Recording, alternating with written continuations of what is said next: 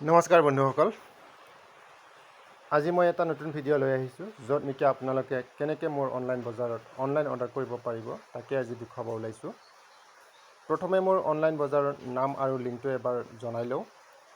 নামটো হ'ল digital hub আৰু লিংকটো হ'ল https://myshopprime.com/digital.hub/ccnie82 এইটো হ'ল মোৰ অনলাইন বজাৰৰ লিংক হয়, যিটো নেকি মই ভিডিঅ' ডেছক্ৰিপশ্যনত দি দিছোঁ।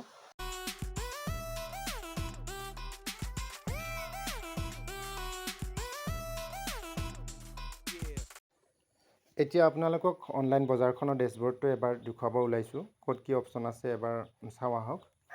ডেছবৰ্ডটোৰ লেফ্ট টপ কৰ্নাৰত বজাৰৰ নামটো আছে ডিজিটেল হাব, নামটোৰ ৰাইট ছাইডে আছে কাৰ্ড অপশ্যন।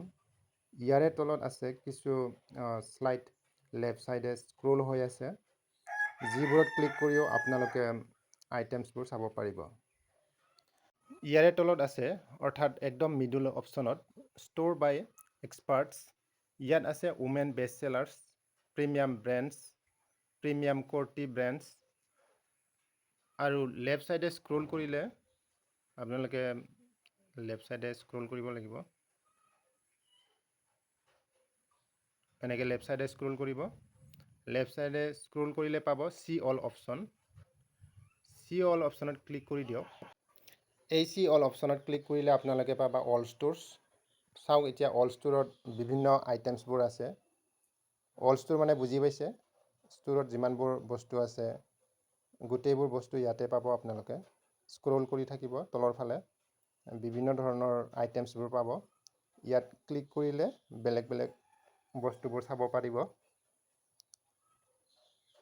চ' আপোনালোকে ইয়াত ক্লিক কৰি পেলাই আপোনালোকৰ পচন্দৰ বস্তুটো লৈ ল'ব পাৰিব। অল ষ্ট'ৰৰ পৰা আমি বেক হৈ আহিম। বেক হৈ অহাৰ পিছত ইয়াৰে তলত চাবা অল প্ৰডাক্টছ। অল প্ৰডাক্টছ বুলি আপোনালোকে এটা অপশ্যন দেখি আছে। আপোনালোকে ওপৰৰ ফালে স্ক্ৰল কৰিব। যিবোৰ আইটেমছ নেকি মই নতুনকৈ এড কৰিছোঁ, অৰ্থাৎ মই ৰিচেণ্টলি এড কৰিছোঁ, সেই আইটেমছবোৰ ইয়াতে দেখিবলৈ পাব অল প্ৰডাক্টছত। এনেকৈ আপোনালোকে স্ক্ৰল কৰি যাই থাকিব। বেলেগ বেলেগ আইটেমছবোৰ যিবিলাক নেকি নতুন নতুন প্ৰডাক্ট মোৰ ষ্ট'ৰত আহি থাকে, সেইবোৰ আইটেমছ আপোনালোকে এই অপশ্যনত পাব। গতিকে আপোনালোকে ইয়াত চেক কৰি থাকিব, নতুন আইটেমছবোৰ পাই থাকিব। একেবাৰে তলত বা বটম লাইনত আছে হোম, কেটেগৰিজ, মাই অৰ্ডাৰ আৰু প্ৰফাইল। মই আপোনালোকক প্ৰায় গোটেইবোৰ অপশ্যন দেখুৱাই দিলোঁ।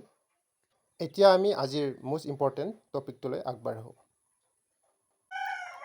যিকোনো আইটেমছ এটা অৰ্ডাৰ কৰিব হ'লে প্ৰথমে আপোনালোকে একাউণ্ট বা প্ৰফাইলটো মোৰ অনলাইন বজাৰত বনাই ল'ব লাগিব। ফাৰ্ষ্ট আমি প্ৰফাইলটো বনাই লওঁ। প্ৰফাইলটো বনাবলৈ একেবাৰে তলত ৰাইট কৰ্নাৰত প্ৰফাইল অপশ্যনত ক্লিক কৰি দিয়ক। ইয়াতে পাব আপোনালোকে এণ্টাৰ ইউৰ মোবাইল নাম্বাৰ। ইয়াত লিখা আছে will send an SMS with a confirmation code to verify your phone number. মানে আপোনাৰ নাম্বাৰটো ভেৰিফাই কৰিবৰ কাৰণে এটা OTP বা কনফাৰ্মেশ্যন মেছেজ এটা পঠিয়াব। সেইটোৰ বাবে আপোনালোকে ফোন নাম্বাৰটো ইয়াত এণ্টাৰ কৰিব লাগিব। তাৰপিছত য'ত নেকি ৰঙা এটা হাইলাইটেৰে চেণ্ড OTP লিখা আছে, তাত ক্লিক কৰি দিয়ক। মই বাৰু নিজৰ নাম্বাৰটোকে দি দিলোঁ। তাৰপিছত চেণ্ড OTPত ক্লিক কৰি দিওঁ।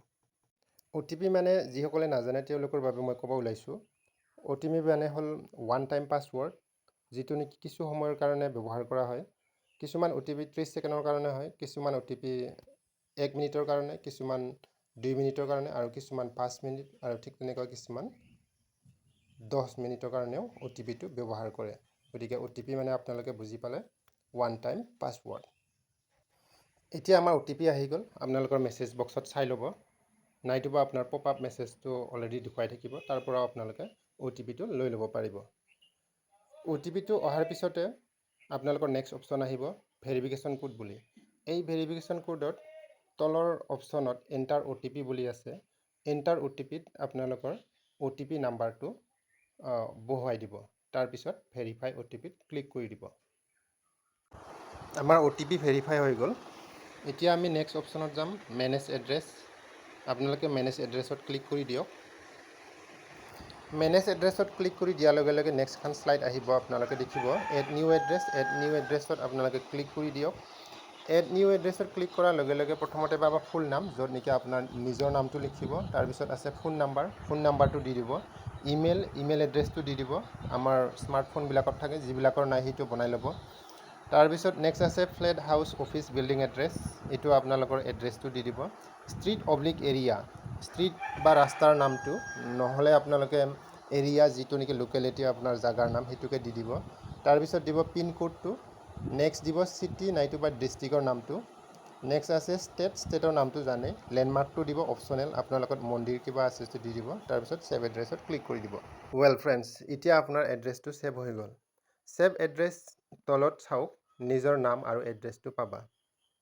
গতিকে আপোনালোকে ধুনীয়াকৈ দেখিবলৈ পাই আছে আপোনাৰ এড্ৰেছটো ছেভ হৈ গ'ল, মানে আপোনালোকে অৰ্ডাৰ কৰিবৰ কাৰণে ৰেডি হৈ গ'ল।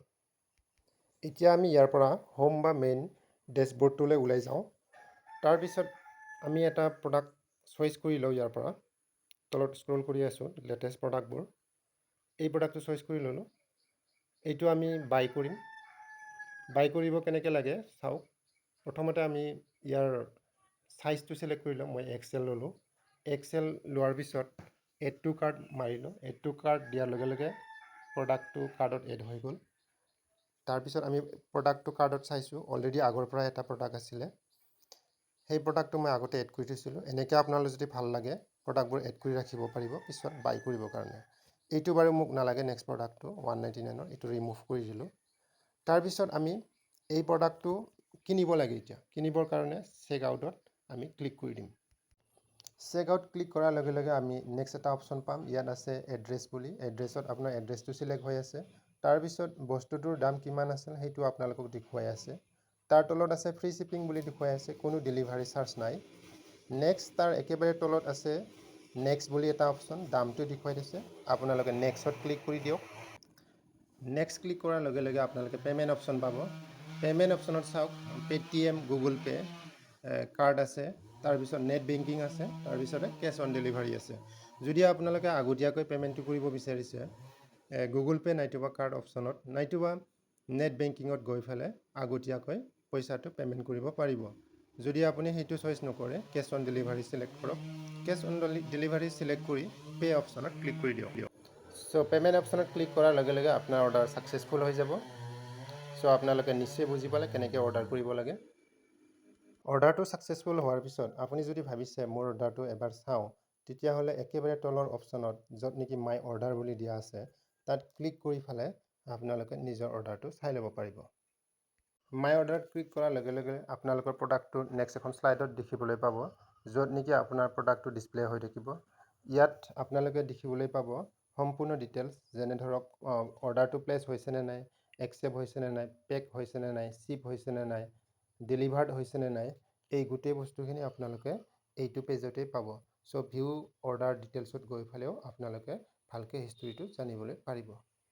চ' ফ্ৰেণ্ডছ, আজিৰ ভিডিঅ'টো মোৰ ইমানেই। মোৰ ভিডিঅ'টোত যদি কিবা ভুল হৈছে বা আপগ্ৰেড কৰিবলগীয়া আছে, আপোনালোকে নিশ্চয় কমেণ্ট কৰি জনাব। আৰু যদি ভিডিঅ'টো ভাল লাগিছে নিশ্চয় লাইক, শ্বেয়াৰ আৰু ছাবস্ক্ৰাইব কৰিবলৈ নাপাহৰিব।